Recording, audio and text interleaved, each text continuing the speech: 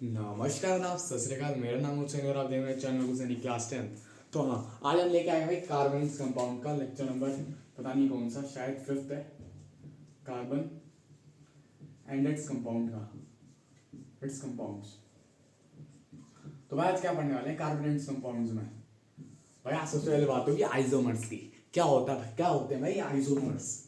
Isomers भाई कुछ नहीं होता। आइसोमर्स जब एक दो फिजिकल अलग अलग स्ट्रक्चर्स, दो स्ट्रक्चर्स अलग अलग फिजिकल स्ट्रक्चर के, उनकी प्रॉपर्टीज भी सारी अलग, केमिकल प्रॉपर्टीज हो चाहे फिजिकल प्रॉपर्टीज हो, सारी अलग होती हैं, बट एक चीज के ऊपर वो सिमिलर होते हैं, एक चीज की वजह से सिमिलर होते हैं, वो होता है उनका मोलिकुलर फॉर्मूला। क्या होता है मोलिकुलर फॉर्मूला? मोलिकुलर फॉर्मूला है। मोलिकुलर फॉर्मूला क्या होता है भाई? वही होता है भाई जो हमने जनरल फॉर्मूलाज देखे वगैरह वगैरह चीज देखी, वही फॉर्मूलाज होते हैं। वो क्या होते हैं? सेम, ठीक है। बट इनकी क्या सीन है? इनका प्रॉपर्टीज, ठीक है, plus structure, properties plus structure क्या होती है भाई? डिफरेंट होती है। क्या होती है? डिफरेंट। तो इसी अगर दो स्ट्रक्चर मेरे पास प्रेजेंट है, उनकी स्ट्रक्चर्स अलग है, प्रॉपर्टीज अलग है, बट फॉर्मूला सेम है, तो उसी फिनोमिनन को हम क्या कहते हैं? आइसोमर्स के फिनोमिनन को क्या कहते हैं हम? फिनोमिनन को हम कहते हैं आइसोमरिज्म। आइसोमरिज्म। जैसे भाई देखो, अब मैं एक स्ट्रक्चर बनाता हूं, जैसे सबसे पहले बनाता हूं बुटेन। देखो इसमें 1 2 3 4 4 कार्बन है। 1 2 3 4 5 6, तो कितने हो गए? H10। H10 हो गए। H10 हो गए। ये बुटेन का फॉर्मूला हो गया। अब मैं क्या इसको ऐसे नहीं बना सकता? क्या मैं इसको ऐसे नहीं बना सकता? भाई बना तो सकते हो, बट एक दिक्कत है, इसकी फिजिकल प्रॉपर्टीज और इसकी जो भी फॉर्मूला है वो अलग बनेगा। इसका नोमेनक्लेचर नेम वो भी अलग होगा, सब कुछ अलग होगा भाई। आईयूपैक नेम इसका अलग होगा। इसका फॉर्मूला भी 1 2 3 4 कार्बन और 10 हाइड्रोजन है। बट फिजिकल स्ट्रक्चर अलग है, क्योंकि इसमें कोई चेन नहीं थी। ये सारे एक ही चेन में थे, सिंगल चेन थे। ये ब्रांच चेन हाइड्रोकार्बन हो गया, ये दिक्कत आ गई, ठीक है। ये दोनों बुटेन के आइसोमर्स हो गए। अब बनाते हैं हेक्सेन के आइसोमर्स। हेक्सेन के कितने आइसोमर्स होते हैं टोटल? ये सारे स्ट्रक्चरल आइसोमर्स हैं, क्योंकि हम इनके स्ट्रक्चर में बदलाव ला रहे हैं, यानी कि मेन चेन कार्बन जो लेंथ है उसमें हम बदलाव ला रहे हैं। मेन चेन कार्बन लेंथ इधर कितनी है? 4 है, और इधर कितनी है? 3 है। तो हम शायद इधर से गिने, इधर से गिने, या सीधी ले लें, 3 की 3 ही रहेगी। तो हम अगर जब हमारी मेन चेन कार्बन लेंथ में अंतर आ जाता है, उन्हीं आइसोमर्स को हम क्या कहते हैं? स्ट्रक्चरल आइसोमर्स, ठीक है, या फिर चेन आइसोमर्स। तो हम हेक्सेन के देख लेते हैं वो वाले आइसोमर्स, चेन आइसोमर्स, जो कि 5 है, ठीक है। सबसे पहला सिंपल है हमारा। सिंपल हेक्सेन कैसा होता है? ऐसा। मैं हाइड्रोजन अटैच नहीं कर रहा, वो अपने आप बैलेंस ही सेट कर देना भाई अपने अपने, ठीक है। तो क्या होता है? एक हो गया हमारे पास ये। दूसरा स्ट्रक्चर कैसा हो सकता है? ऐसा हो सकता है। एक ऐसा स्ट्रक्चर हो सकता है, मैंने इधर ऐड कर दिया। एक स्ट्रक्चर मेरा ऐसा हो सकता है। आप बोलोगे भाई एक इधर ऐड कर ले, भाई ऐसी बात नहीं होगी, क्योंकि ये देखो 1 2 इधर से भी दूसरे कार्बन पे हो रही है भाई चेन। अब चेनिंग में इधर से दूसरे कार्बन पे कर दूंगा, बात तो एक ही है। मैं चाहे इधर से करूं या चाहे इधर से करूं, आएगा तो दूसरे कार्बन पे, ठीक है भाई। तो इसलिए उधर से नहीं करेंगे। अब एक ये 3 हो सकते हैं, और क्या हो सकता है चौथा? मैं ऐसे कर सकता हूं, ऐसे कर सकता हूं भाई। गलत बात है कुछ? पूरी ठीक बात हो रही है। और मैं क्या कर सकता हूं? एक और क्या बन सकता है? ऐसे बन सकता है, बन सकता है, नहीं बन सकता भाई? ऐसे भी बन सकता है। तो ये हेक्सेन के आइसोमर्स हो गए। तो अब हम क्या शुरू करते हैं भाई? आइसोमरिज्म हमने देख लिया। अब इसके बाद हम सीधा शुरू करते हैं हमारे क्या रिएक्शन से रिलेटेड वाला पूरा आगे वाला पार्ट पूरा शुरू करते हैं। इसको पहले वो मिटा लिया जाए, फिर करते हैं शुरू। आइसोमर्स से रिलेटेड बातें, आइसोमर्स से रिलेटेड बातें तो होगी, हमारी रिएक्शन से रिलेटेड बातें होगी भाई। रिएक्शन में सबसे पहली रिएक्शन हम किसकी देखने वाले हैं? बस सबसे पहली रिएक्शन है सब्स्टिट्यूशन रिएक्शन। कौन सी रिएक्शन है? Substitution reaction. इसमें क्या होता है? ये एक तरह की डिस्प्लेसमेंट रिएक्शन ही है। डिस्प्लेसमेंट रिएक्शन का दूसरा नाम है। कैसे? क्योंकि भाई डिस्प्लेसमेंट रिएक्शन में भी हमें जैसे कोई कंपाउंड है, उसके एक सॉल्ट को दूसरा सॉल्ट उसको डिस्प्लेस कर रहा था। एक दूसरा एलिमेंट उसके सॉल्ट के एलिमेंट को डिस्प्लेस कर रहा था। हाँ वो अलग बात है कि वो ज़्यादा रिएक्टिव वगैरह वाला सीन था, इधर वाला सीन नहीं है ऐसा। तो हम क्या करेंगे, सबसे पहले सब्स्टिट्यूशन रिएक्शन देख लेंगे। तो ये किस में होता है, सिर्फ ये सब्स्टिट्यूशन जो रिएक्शंस हैं ये सिर्फ होते हैं सैचुरेटेड हाइड्रोकार्बन्स में, सैचुरेटेड हाइड्रोकार्बन्स, या फिर बोल सकते हैं एल्केन्स। ठीक है, एल्केन्स में होते हैं। तो हमारे पास रिएक्शन क्या है, सबसे पहले हमारे पास रिएक्शन है कि हम मीथेन को हम क्या कर सकते हैं, क्लोरीन से रिएक्ट करा दें। बट भाई एक बात ये है कि जो हमारे सैचुरेटेड हाइड्रोकार्बन है ना, वो ज्यादा से ज्यादा रिएक्ट नहीं करते, वो लेस रिएक्टिव होते हैं। तो उनको रिएक्ट कराने के लिए हमें एक एजेंट चाहिए होगा, जो कि रिएजेंट हमारा काम क्या एजेंट काम करेगा, हमारी सनलाइट काम करेगी। सनलाइट इसको हमारे को एक एंडोथर्मिक प्रोसेस बनाएगी, जो कि इसको एनर्जी प्रोवाइड कराएगी और इस केमिकल रिएक्शन को पूरा करने में हेल्प करेगी। तो क्या होगा, देखो मैं पूरा इसको ना एक बार खोल के बनाता हूँ जो बनेगा। तो ये C H प्लस Cl और Cl। अब देखो भाई, जो ये Cl है ना, ये हाइड्रोजन को बोलेगा भाई तू यहाँ से निकल, खाली कर, हमारा इलाका खाली कर, हम इस वाले इलाके में आके अपना घर बनाएंगे। अब बोलेगा भाई तूने मुझे अपने यहाँ से खाली करा, तू मुझे अपना घर थोड़ा सा जगह तो दे भाई जो मैं करूँगा। तो बोलता है तू मेरे हाइड्रोजन के साथ आके रह। तो भाई क्या बना लेगा, ये बना लेगा CH3Cl प्लस CH3 और फिर HCl बना लेगा, CH3 और HCl बना लेगा। हम इसको क्या बोल सकते हैं, इसका स्ट्रक्चर कुछ ऐसा होगा, हम इसको कह सकते हैं क्लोरोमीथेन। आयोपेक नोमेनक्लेचर पूरा कर रखा है हमने। अब इसकी फर्दर रिएक्शंस होंगी, क्या होगी भाई, फर्दर रिएक्शंस देखो भाई, फर्दर रिएक्शन देखो जल्दी। अब इसकी फर्दर रिएक्शन होगी CH3Cl प्लस Cl2। भाई अभी HCl वाला सीन हट गया, अभी दोबारा भाई बहुत सारे Cl2 प्रेजेंट है, बहुत सारी क्लोरीन प्रेजेंट है भाई, क्या दिक्कत है फिर, हमारे पास यही वाला वो हो गया। ठीक है, अब हम क्या कर लेंगे, CH2Cl2 प्लस HCl। इसमें क्या केस हुआ भाई, देखो हमारे पास ऐसे था H और Cl। अब मैं इस वाले एक Cl को, एक और Cl थे हमारे पास दो, तो ये वाला Cl बोलेगा भाई तो ये वाली एरिया खाली कर, तो ये वाला एरिया खाली कर। तो कितने हो गए, CH2Cl2 हो गए। ठीक है, इसको हम क्या कह सकते हैं, डाइक्लोरोमीथेन कह सकते हैं, कह नहीं सकते क्या, डाइक्लोरोमीथेन कह सकते हैं इसको।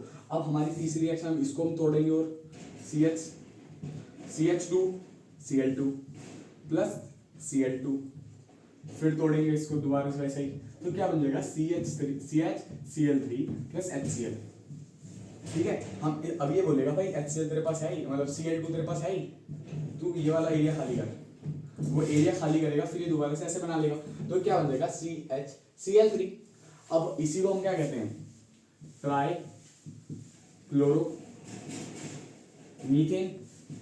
या फिर क्लोरोफोम कहते हैं, नहीं कहते भाई, इसको हम कहते हैं क्लोरोफोम। इससे हम सुंघा के बंदे वो कर देते हैं बेहोश, क्लोरोफोम बन गया। इसी को कहते हैं हम CHCl3 इस क्लोरोफोम। ऐसी फर्दर रिएक्शन होगी इसकी दोबारा Cl के साथ, तो ये CH रहेगा नहीं, CCl4 बन जाएगा, कार्बन टेट्राक्लोराइड प्लस HCl दोबारा से निकल जाएगा। ऐसी फर्दर रिएक्शन होती रहेंगी। ये हो गया हमारा combination reaction, sorry substitution reaction. अब आता है हमारे पास एडिशन रिएक्शन। एडिशन रिएक्शन क्या होता है भाई, एडिशन रिएक्शन, चलिए भाई देखते हैं एडिशन रिएक्शन में क्या सीन चल रहा है। एडिशन रिएक्शन,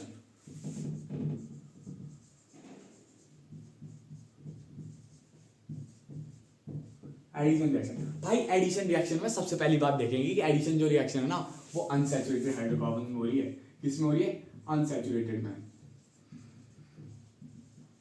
अनसैचुरेटेड हाइड्रोकार्बन्स, चाहे वो एल्कीन हो या अल्काइन हो, उन दोनों में हो जाएगी। तो इसमें होता क्या है भाई, देखो ये क्या करते हैं, अब देखो मेरे पास एक ऐसे है, ये मेरे पास समझ लो एक वो है इथीन ऐसे है। अब इसके पास ये इथीन तो है ही है, अब मैं इसको हाइड्रोजन के साथ रिएक्ट करा रहा हूँ, हाइड्रोजन के साथ। तो जो हाइड्रोजन है ना, ये जो हाइड्रोजन ही है ना, हाइड्रोजन, अब ये बोलेगा ये दोनों हाइड्रोजन आ गए, कॉम्बिनेशन रिएक्शन से हम या फिर एडिशन रिएक्शन से हम ये समझ रहे हैं कि भाई एक प्रोडक्ट बनने वाला है। हमारे रिएक्टेंट साइड तो हमारी कुछ भी हो सकती है, और प्रोडक्ट साइड में सिर्फ एक वो ही होगा, एक ही वो होगा प्रोडक्ट। तो फिर हमें जोड़ना तो पड़ेगा, कुछ तो सीन करना पड़ेगा। तो हम क्या करेंगे, जो ये हाइड्रोजन है ना, तो ये बोलेगा कि भाई तू ना एक काम कर कार्बन, तू अपना एक बॉन्ड हटा ले। एक बॉन्ड तू हटाएगा ना तो एक इलेक्ट्रॉन तेरे पास बच जाएगा, एक इलेक्ट्रॉन तेरे पास बच जाएगा, एक इलेक्ट्रॉन इसके पास बच जाएगा, एक इलेक्ट्रॉन उसके पास बच जाएगा। तो ये हाइड्रोजन बोलेगा एक वाला इससे तू मेरे साथ रिएक्ट करा ले, एक से तू मेरे साथ रिएक्ट करा ले, एक से तू मेरे साथ ले, एक तू मेरे साथ कर ले। तो भाई ये देखो एक में सॉर्ट आउट हो गया ना काम। हाइड्रोजन वहीं की वहीं सेटिस्फाई कर दिया उन्होंने, कोई दूसरा प्रोडक्ट नहीं बनाया, एक ही प्रोडक्ट में निपटा दिए। तो हम क्या कह सकते हैं, हम C2H4 को हम जब हाइड्रोजन से रिएक्ट कराते हैं तो क्या बनता है C2H6, क्योंकि हमने देखा क्योंकि ये इसका सिंगल डबल बॉन्ड जो था, मतलब एक डबल बॉन्ड जो था उसको हटा लिया, इसकी गुद्दी तोड़ के यहाँ पे हाइड्रोजन ने अपने साथ बॉन्ड बनवा लिया। ये क्या हो गया, हमने क्या कर लिया भाई, ये देखो क्या बन रहा है, ये क्या, इसे क्या बोलते हैं हम, ईथेन। ये क्या है, सैचुरेटेड हाइड्रोकार्बन्स। तो हम क्या कह नहीं सकते कि एडिशन रिएक्शन में हम एक अनसैचुरेटेड हाइड्रोकार्बन को सैचुरेटेड हाइड्रोकार्बन में कन्वर्ट कर रहे हैं नहीं कर रहे हैं। भाई रीजन क्या है, हम जैसे हमारे पास वेजिटेबल्स ऑयल्स होते हैं, वेजिटेबल ऑयल्स होते हैं ना, वो हमारे पास क्या होते हैं, वो होते हैं अनसैचुरेटेड हाइड्रोकार्बन्स। तो हम क्या करते हैं, उनको हीट कर देते हैं। भाई एक और बात है कि यहाँ पे हीट करने की तो जरूरत है, यहाँ पे हीट भी होगी, ठीक है, हीट भी होगी। और साथ ही साथ बहुत गहरी बात, बिना कैटलिस्ट के कैसे कराओगे, कैटलिस्ट की भी जरूरत है। तो हम क्या कैटलिस्ट लेंगे, निकल, प्लेटिनम या फिर पलेडियम, पीडी बोलते हैं पलेडियम को। इन तीनों में से कोई सा भी एक कैटलिस्ट हो, उससे हमारे पास ये रिएक्शन संपूर्ण तरीके से पूर्ण हो जाएगी, ठीक है। तो वेजिटेबल ऑयल्स क्या होते हैं हमारे पास, अनसैचुरेटेड हाइड्रोकार्बन्स। तो हम जब इनको हाइड्रोजन से रिएक्ट कराते हैं प्लस इसको हम हीट करते हैं निकल, प्लेटिनियम और प्लेडियम से, तो ये क्या बनाता है, वेजिटेबल घी बना लेता है। ये वेजिटेबल ऑयल अनसैचुरेटेड है, बट वो वेजिटेबल घी जो है ना वो सैचुरेटेड हाइड्रोकार्बन्स है। और एक बात हो रहा है कि वो सैचुरेटेड हाइड्रोकार्बन्स है ना, वो ना जो हमारे लिए ना हेल्दी नहीं है, वो हमारी जो आर्टरीज है वहाँ पे वेन्स में जाके वहाँ पे स्टिक हो जाएगा और कोलेस्ट्रॉल जो होता है उसको जन्म देगा। तो इसलिए वो अच्छा नहीं है हमारी हेल्थ के लिए। तो ठीक है, हम इसी प्रोसेस को या फिर इस प्रोसेस को सबको कैटालिटिक हाइड्रोजनेशन भी कहते हैं। कैटालिटिक हाइड्रोजनेशन कहने का क्या मतलब है, कैटालिटिक मतलब कैटालिस्ट का यूज हो रहा है, निकल, प्लेटिनियम, पलेडियम हमारे कैटालिस्ट है, और हाइड्रोजनेशन मतलब हाइड्रोजन का एडिशन। तो ये इसी तरीके से हम इनको कैटालिटिक हाइड्रोजनेशन कह देते हैं। अब आती है हमारे पास भाई साहब ऑक्सीडेशन रिएक्शन। कौन सी रिएक्शन आती है भाई, ऑक्सीडेशन रिएक्शन।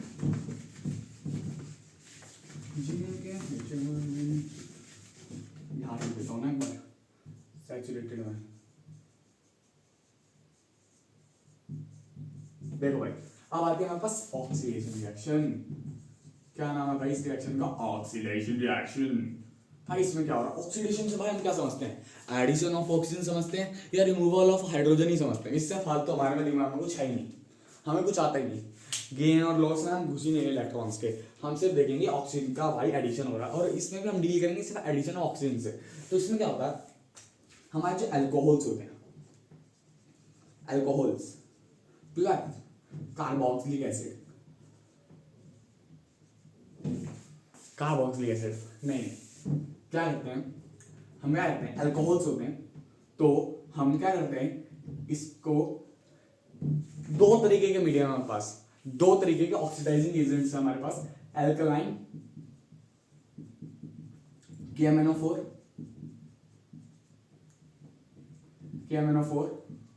या फिर एसिडिफाइड या potassium dichromate K2Cr2O7, potassium dichromate. तो इसमें क्या करेंगे हम पता है, इसके साथ इसको करेंगे हीट, तो ये क्या कर देंगे ना, इस रिएक्शन में ऐड कर देंगे दो ऑक्सीजन इन्होंने ऐड कर दी। भाई इसको कैसे डिफरेंशिएट करूं, जो 20 लग रहा है, इसको मैं कर देता हूं ब्रैकेट, ठीक है, ब्रैकेट है भाई, दो ऑक्सीजन है, नेसेंट ऑक्सीजन बोलते हैं। नेसेंट ऑक्सीजन मतलब ये किसी से रिएक्टेड नहीं है, ये सिंगल एलिमेंट एटॉमिक फॉर्म में अपने प्रेजेंट है, एलिमेंटल फॉर्म में, ये मॉलिक्यूल्स नहीं बना रहे, ठीक है। तो क्या करेंगे, जब ये अल्कोहल्स ऐसे सिस्टम में आएंगे तो क्या बना लेंगे, कार्बोक्सिलिक एसिड प्लस पानी का निर्माण करेंगे, ये पानी का जन्म होगा, पानी पैदा होगा, ठीक है। तो अल्कोहल्स, एक एग्जांपल लेते हैं, जैसे हमारे पास एक बढ़िया, सबसे बढ़िया एग्जांपल, कॉमन, सबसे common alcohol CH3CH2OH, that is C2H5OH, that is ethanol. अब क्या करेंगे, जब हम ये मीडियम ऐड करते हैं तो हमारे पास 2O आ जाते हैं, तो ये मीडियम हम दोबारा से ऐसे टेप देंगे हीट के साथ, ठीक है। तो ये क्या बनेगा पता है, अब देखो सीन देखना क्या होगा, ये जो ऑक्सीजन ना, ये इस हाइड्रोजन को बोलेगा भाई तू निकल, तू यहाँ से कमरा खाली कर। ये हाइड्रोजन ने क्या कर रखा था, CH3 है, ये C है, ये हाइड्रोजन ने इसके साथ 2 बॉन्ड बना रखे थे, एक इधर बना रखा था और एक इधर वो बॉन्ड बना रखा था, है ना, HH, और फिर एक OH ऐसे लगा हुआ था, ऐसे था कुछ। तो ये बोलेगा कि तू यहाँ से निकल, इस H, तू वो ये बोलेंगे यहाँ से निकल, और तू क्या करना, और ये अपना एक ऑक्सीजन इधर दे देगा, बोलेगा तू डबल बॉन्ड मेरे ऑक्सीजन के साथ बना ले, इस हाइड्रोजन के साथ, 2 हाइड्रोजन के साथ एक एक सिंगल बॉन्ड मत बना, तू मेरे ऑक्सीजन के साथ एक ही डबल बॉन्ड बना ले। तो ये बोलता हाँ भाई मैं भी खुश हूँ डबल बॉन्ड से। तो अब बोलता है कि मेरे पास एक ऑक्सीजन बचा हुआ है और एक हाइड्रोजन मैंने पूरा H2 निकाल रखा है, तो उसका क्या करूँ। तो ये बोलता है भाई उसका तू बना ले पानी, तू उसका बना ले पानी। और अब इसको देख के बताओ भाई ये क्या लग रहा है, CH3COOH, तो क्या बन गया, ये कार्बोक्सिलिक एसिड बन गया, नहीं बन गया, वो क्या बोलते हैं एसिटिक एसिड बन गया, नहीं बन गया, इथेनॉइक एसिड बन गया, नहीं बन गया, हो गया सिंपल रिएक्शन, ठीक है, हो गया सिंपल रिएक्शन, सिंपल सा रिएक्शन हो गया, ओके, ये हमारा रिएक्शन हो गया। ये ऑक्सीडाइजिंग एजेंट का काम कर रहे हैं दोनों, ये दोनों क्या है, ऑक्सीडाइजिंग एजेंट। ऑक्सीडाइजिंग एजेंट का क्या होगा, खुद को रिड्यूस करके दूसरे को ऑक्सीडाइज करेंगे। भाई अपने घर में आग लगी तो लगे, तो दूसरे को ऑक्सीडाइज करेंगे, खत्म बात, ठीक है। तो ये हमारे पास हो गया रिएक्शन। ऐसी कोई सा भी, ऐसे इस जनरल फॉर्म में याद रखें तो काफी बढ़िया रहेगा। ऐसे ये सारी रिएक्शंस को ना हम ऐसे फॉर्म में याद रखें कि हम जनरल तौर पर हम इसको यूज कर सकें। अगर हम ऐसे रिएक्शन पढ़ेंगे ना तो हम कंफ्यूज जाएंगे, बट हम एक जनरल फॉर्म में देखेंगे कि अल्कोहल जब ऑक्सीडेशन रिएक्शन करते हैं तो कार्बोक्सिलिक एसिड बनता है और H2 बनता है, तो हम ऐसे याद रह जाएगा, ठीक है। तो आगे करते हैं, अब अगली रिएक्शन कौन सी होगा अपने पास, अगली रिएक्शन आती है भाई हमारे पास, अगली रिएक्शन पढ़ते हैं हम, कंबशन पढ़ते हैं, कंबशन रिएक्शन।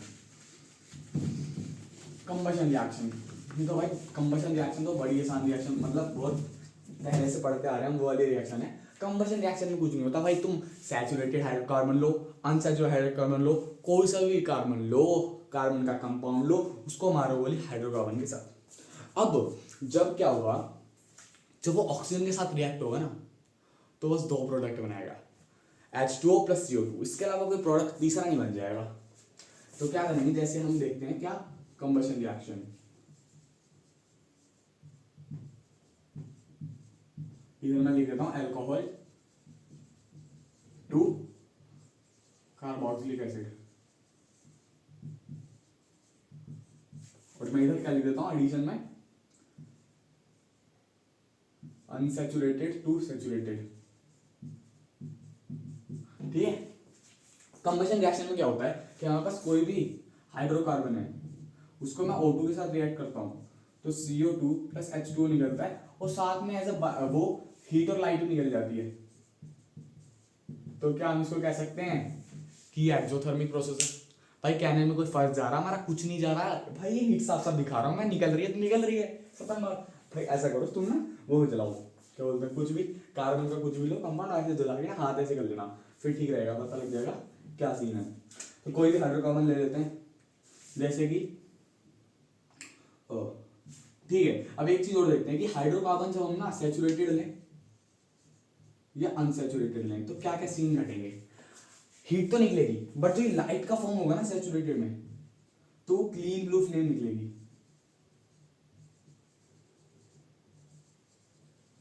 भाई जब ये हम सैचुरेटेड हाइड्रोकार्बन को बर्न करेंगे या फिर कंबशन रिएक्शन में हम उसको डालेंगे तो वो क्लीन ब्लू फ्लेम से जलने वाला है। जैसे कि हम इथेनॉल देखते हैं, अल्कोहल जब उसको हम जला भी देंगे ना तो हमें ऐसे लाइट बंद कर दी जब भी हमें दिखेगा अल्कोहल नीला नीला रस्ता हुआ, वरना हम लाइट जला के देखेंगे ना वो दिखेगा भी नहीं जल रहा है कि नहीं जल रहा, ठीक है। तो नीले रंग की क्लीन ब्लू फ्लेम निकलती है एकदम मस्त, ठीक है, जैसे गैस में निकलती है, स्टोव में LPG सिलेंडर का जो वो करते हैं खाना बनाते हैं जब, ठीक है। बट हम अनसैचुरेटेड को करते हैं तो क्या निकलता है पता है, एक येलो सूडी फ्लेम, येलो सूटी फ्लेम से मतलब क्या है, येलो येलो कलर की। सूटी क्या होता है, सूट ना ऐसे पार्टिकल्स होते हैं अनबर्न्ड कार्बन के। जैसे कि हम क्या देखते हैं कि इसकी ये जो अनसैचुरेटेड हाइड्रोकार्बन्स होते हैं ना, इनकी कंप्लीट कंबशन नहीं हो पाती, तो कुछ कार्बन्स होते हैं जो अनबर्न्ड रह जाते हैं, वो अनबर्न्ड हो जाते हैं, गर्म होके वो ना ऊपर आने लग जाते हैं, फ्लेम्स के तौर में वो दिखने लग जाते हैं, वो येलो कलर प्रोवाइड करा देते हैं फ्लेम्स में। और वही प्रोवाइड करा के जब हम ऊपर ऐसे रखेंगे ना, तो आके हमारे पास चिपक जाएंगे ऐसे सूट, ब्लैक कलर के होते हैं, ठीक है, येलो सूटी फ्लेम निकलेगी, ठीक है। ये हो गया हमारी बात कि अनसैचुरेटेड में क्या सीन घटेगा, सैचुरेटेड में क्या सीन घटेगा। एक रिएक्शन तो लिख के देंगे भाई, ऐसे थोड़ी ना चलेंगे, ऐसे थोड़ी ना बात चलेगी भाई, कुछ भी लगा लो। CH4 प्लस O2, तो क्या बनाएंगे CO2 प्लस H2O। भाई रिएक्शन का अपने आप सेटिस्फाई करा लेना इनकी बैलेंस बुलियंसी। O2 भाई टाइम लगेगा, मैं नहीं कर रहा, क्या टाइम लग रहा है, 4 O2 4 2, ये होगी बात खत्म, हो गया रिएक्ट, हाँ हो ही गया, बैलेंस है, ठीक है, बैलेंस है। ऐसे कुछ भी हम कोई सा भी कंपाउंड लेना हाइड्रोकार्बन का, वो ऐसे ही प्रोडक्ट बनाएगा, ठीक है। तो ये हो गया हमारे पास कंबशन रिएक्शन। अब कौन सी रिएक्शन आती है हमारे पास, अब कौन सी रिएक्शन करते हैं भाई, देखते हैं अब कौन सी रिएक्शन। पहले हम इथेनॉल और इथेनोइक एसिड की प्रॉपर्टीज वगैरह का छानबीन कर लेते हैं भाई। इथेनॉल और इथेनोइक एसिड,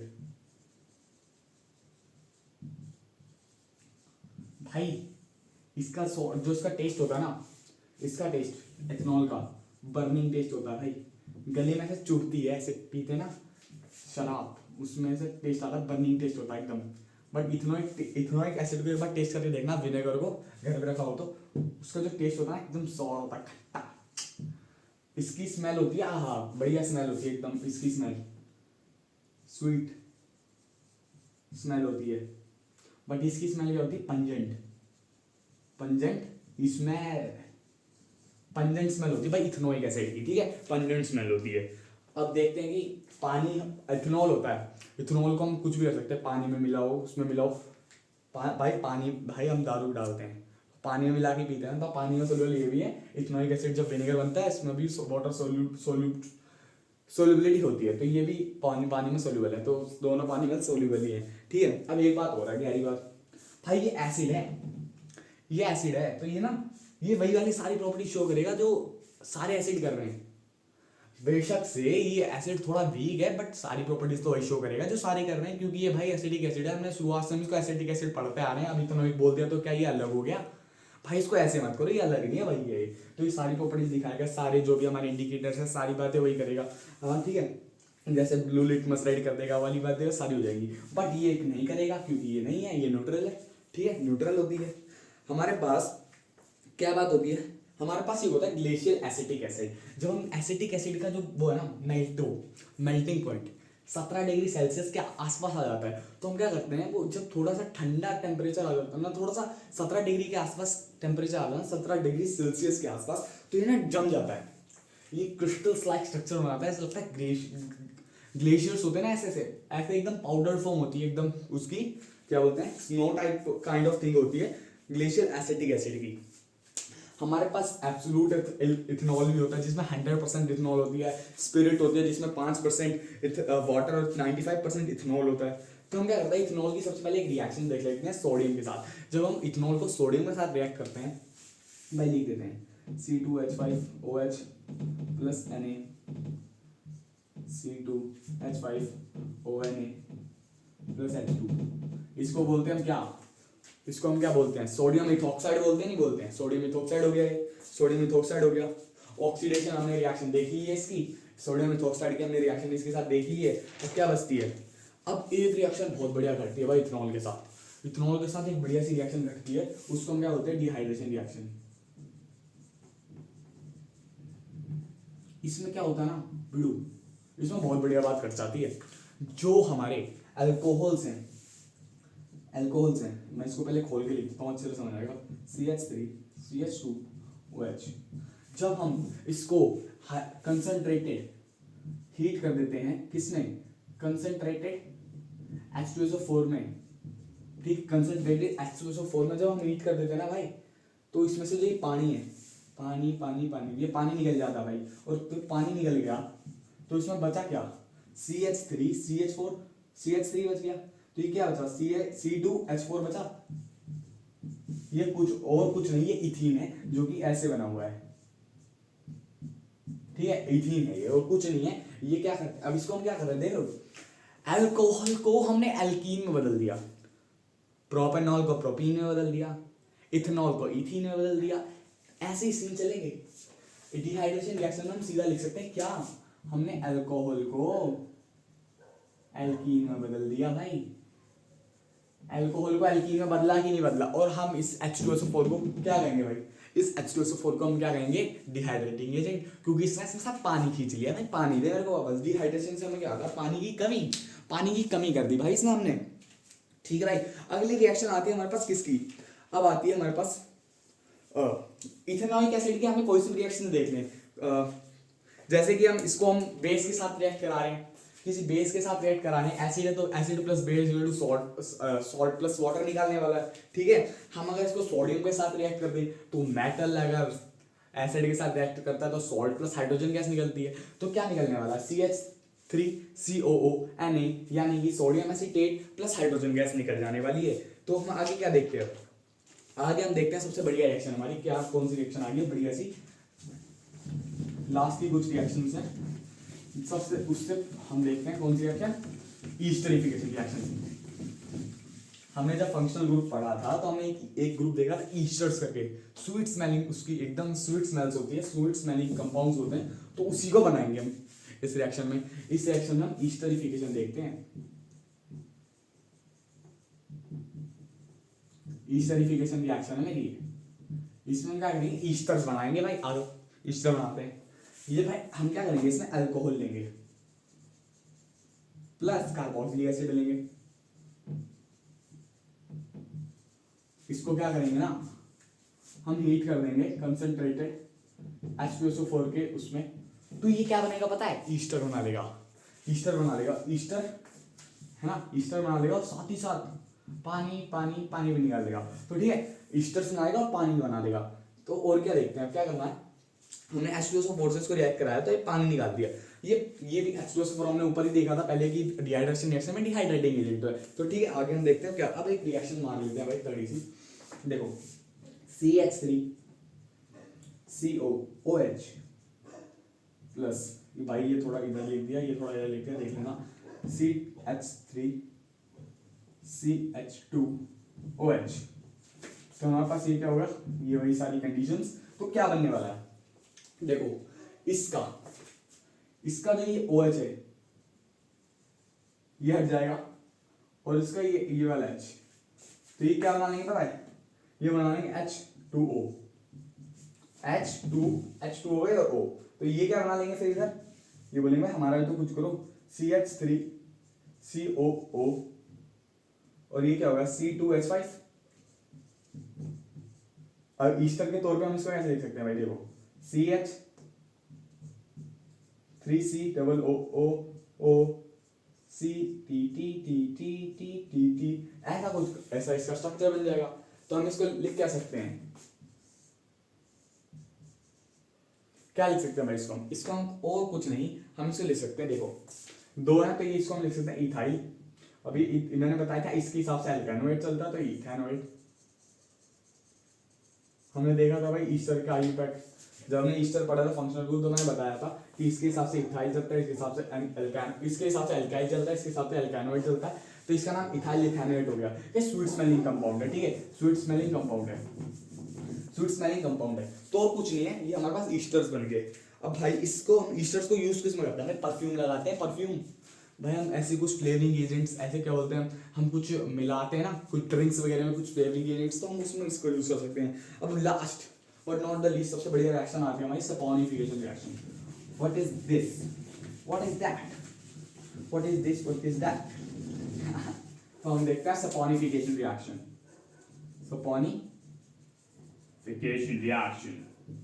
सपोनिफिकेशन रिएक्शन से हम क्या समझ रहे हैं, साबुन से रिलेटेड कुछ लग रहा है भाई, हाँ भाई साबुन से रिलेटेड तो कुछ लग रहा है, सौंफ से रिलेटेड है, सौंफ फॉर्मेशन करेंगे इसमें, सॉफ्ट फॉर्मेशन देखेंगे हम। सफोनिफिकेशन रिएक्शन में हम क्या देखेंगे, सॉफ्ट फॉर्मेशन देखेंगे। उसके लिए हमें क्या करना पड़ेगा, एक चीज की जरूरत है जो हमें पिछले रिएक्शन में बनाई है, ईस्टर्स की। ईस्टर से हम बनाएंगे सफोनिफिकेशन रिएक्शन को कंप्लीट करेंगे। तो हम क्या देख लेते हैं, हम इसमें करेंगे ईस्टर प्लस NaOH। NaOH की जगह KOH भी ले सकते हैं, क्योंकि हमारे पास जो हमारा सोप होता है वो हमारे पास पोटेशियम सॉल्ट की भी कार्बोक्सिलिक चेन्स चलती हैं, बट हम अभी NaOH ही ले रहे हैं। ईस्टर तो ये क्या बना लेगा, सोप बना लेगा, प्लस हमें हमारा अल्कोहल वापस दे देगा, अल्कोहल वापस मिल जाएगा। ठीक है, जिसको इसको बनाने में अल्कोहल लगाया था वो वापस मिल जाएगा। जैसे कि मैं एग्जांपल देते हैं, CH3 COO C2H5, ठीक है, प्लस NaOH। ठीक है, अब क्या होगा, सबसे पहले तो ये बोलेगा कि भाई तू देख, तू भाड़ में जा, तो पहले ये वाला H मेरे को दे और ये मुझे वापस दे मेरा। तो ये बोलेगा कि पहले तो मेरे को अल्कोहल वापस कर मेरा। तो अल्कोहल में क्या बना लेगा, C2H5OH। ये बोलेगा H मुझे दे, ये बोलेगा OC2H5 दे मुझे। तो इस अल्कोहल बन गया। तो बचा क्या, CH3CO, बोलेगा O मेरा भी ले भाई, CH3CO है। इसको क्या हम कह सकते हैं, क्या कह सकते हैं, सोडियम एसीटेट। सोडियम एसीटेट कह सकते हैं, सोडियम एसीटेट है, इसी को हम सोप कहते हैं भाई, सीधी बात है, इसको ही सोप कहते हैं। ये तो छोटी यूनिट है ना भाई, कार्बन की बड़ी बड़ी चेन्स होती हैं, कार्बन कैटिनेशन की प्रॉपर्टी शो करता है, उसकी बड़ी बड़ी चेन्स होती हैं। तो हम क्या कह सकते हैं, लॉन्ग चेन कार्बोक्सिलिक एसिड, वो भी किसकी, सोडियम की या फिर पोटेशियम की, सोडियम सॉल्ट या फिर पोटेशियम सॉल्ट की लॉन्ग चेन कार्बोक्सिलिक एसिड को ही हम क्या कहते हैं, सोप कहते हैं। सोडियम और पोटेशियम की long chain carboxylic acid, carboxylic acid क्यों, क्योंकि इसमें कार्बोक्सिलिक एसिड का पार्ट आ रहा है, कार्बोक्सिलिक एसिड का पार्ट आ रहा है, CH3COOH होता है। सोडियम या पोटेशियम सॉल्ट की लॉन्ग चेन्स होती हैं, वो भी किस सॉल्ट्स की, सोडियम और पोटेशियम की कार्बोक्सिलिक एसिड की चेन्स होती है। ठीक है, बात खत्म करते हैं। ठीक है, ये हमारे पास हो गया सॉल्ट, सॉल्ट क्या कह रहा हूं, सॉप, सॉरी सॉप। और ये हमारे पास अल्कोहल वापस आ गया। इसी रिएक्शन को हम क्या कहते हैं, हम इसी रिएक्शन को कहते हैं सपोनिफिकेशन रिएक्शन। आज एक लास्ट टॉपिक अभी का, ये हमारी सारी रिएक्शन होगी, सब्स्टिट्यूशन रिएक्शन होगी, जिसमें हमने देखा कि सब्स्टिट्यूटेड हाइड्रोकार्बन्स को हमने कैसे क्लोरीन से वो कराया था रिप्लेस। एडिशन रिएक्शन में हमने हाइड्रोजनेशन देखी थी, कैटालिटिक ऑक्सीडेशन में हमने अल्कोहल से वो बनाया था, क्या बोलते हैं, कार्बोक्सिलिक एसिड, K2Cr2O7 और KMnO4 से। कंबशन रिएक्शन में CO2H2O निकाली। डिहाइड्रेशन में हमने अल्कोहल से एल्कीन बनाया। ठीक है, एस्टरिफिकेशन में हमने अभी अल्कोहल और कार्बोक्सिलिक एसिड मिलाए थे, जो हमारे पास क्या निकला था, ईस्टर प्लस H2O बना था हमने। इसने ईस्टर और एक बेस लेके हमने सॉल्ट प्लस अल्कोहल बना दिया था। ठीक है भाई, अब इसको एक बार मिटाते हैं और लास्ट को भी देखते हैं आज का थोड़ा सा।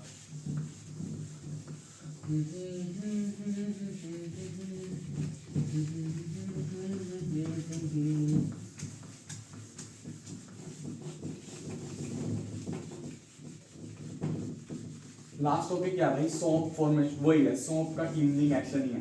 देख लेते हैं, बट कोई बात नहीं, टेंशन की कोई बात नहीं है भाई। सोप ना एक ऐसे स्ट्रक्चर से बनता है ना, उसको हम रिप्रेजेंट ऐसे से करते हैं।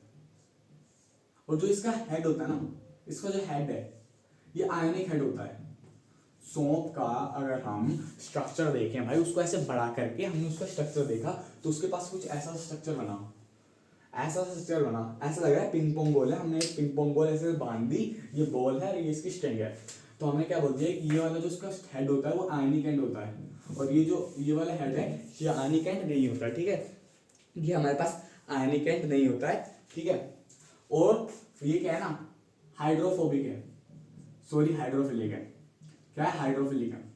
हाइड्रोफिलिक मतलब, हाइड्रो मतलब पानी, फिलिक मतलब पानी को प्यार करने वाला, मतलब पानी से डरेगा नहीं, पानी से चिपट के रहेगा, पानी जहाँ पे होगा ये वहां पे होगा।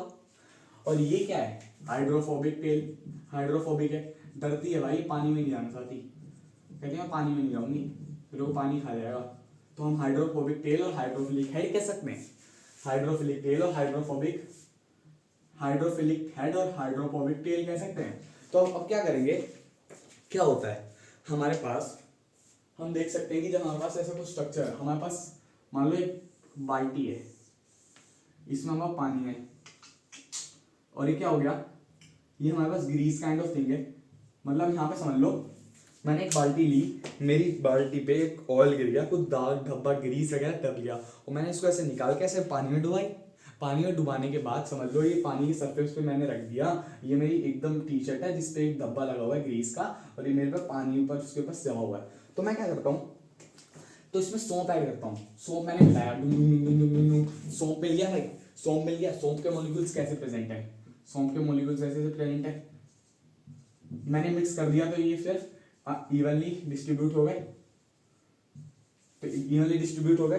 तो इसको मैंने ऐसे मिक्स किया तो इवनली डिस्ट्रीब्यूट हो गए भाई। अब क्या करते हैं, जो ये है ना स्ट्रक्चर्स, मैं इसी में समझा दूंगा पूरा।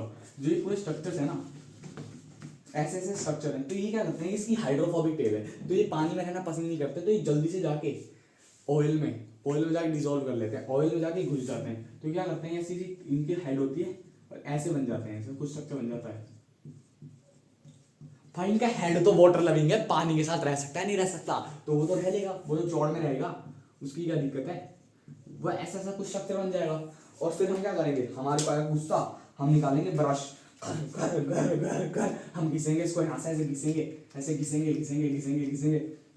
तो मैंने घिस दिया, तो ये क्या करेगा, यहाँ से मैंने इसको घिसा तो कुछ ऐसा सा ये उखड़ गया, कुछ ऐसा सा ये पार्ट उखड़ गया।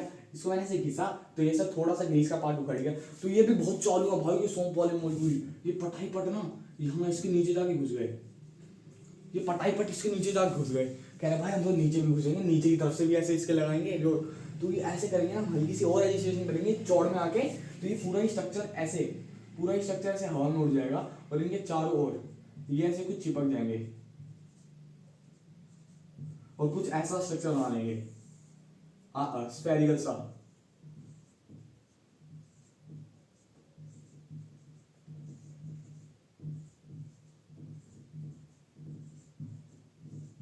इसी स्ट्रक्चर को हम मिसल कहते हैं, इसी स्ट्रक्चर को मिसल कहते हैं। क्या कहते हैं, मिसल। यही स्ट्रक्चर जब मिसल हो जाएगा, पानी में घुल जाएगा, तो ये ऐसा धुंधला सा टर्बिड सा सॉल्यूशन बनाएगा जिसे हम इमल्शन कहते हैं। तो यही एक स्ट्रक्चर है मिसल, जो ऐसे पानी में घुल जाने वाला है, तो इसी को हम इमल्शन जैसा स्ट्रक्चर कहेंगे। और इसकी स्ट्रक्चर जो होता है, मतलब शेप जैसी होती है ना, इसकी स्फेरिकल शेप होती है भाई, ठीक है, स्फेरिकल शेप होने वाली होती है। तो अब देखते हैं क्या, हम देखते हैं कि जब हम सौंप वगैरह यूज करते हैं ना, सौंप जो होते हैं ना वो बायोडिग्रेडेबल होते हैं, जो हमारे वो होते हैं डिटर्जेंट्स, वो बायोडिग्रेडेबल नहीं होते हैं। और जो साथ ही साथ सौंप है ना, वो लेदर वगैरह जो प्रोड्यूस नहीं करता है, जो हार्ड वाटर होता है, बट डिटर्जेंट कर देता है, ठीक है। तो ये कार्बनिक कंपाउंड का सफर यही खत्म होता है, और ये चैप्टर खत्म होता है। तो अगले ही किसी चैप्टर में मिलते हैं, तब तक के लिए जय श्री राम, बाय बाय।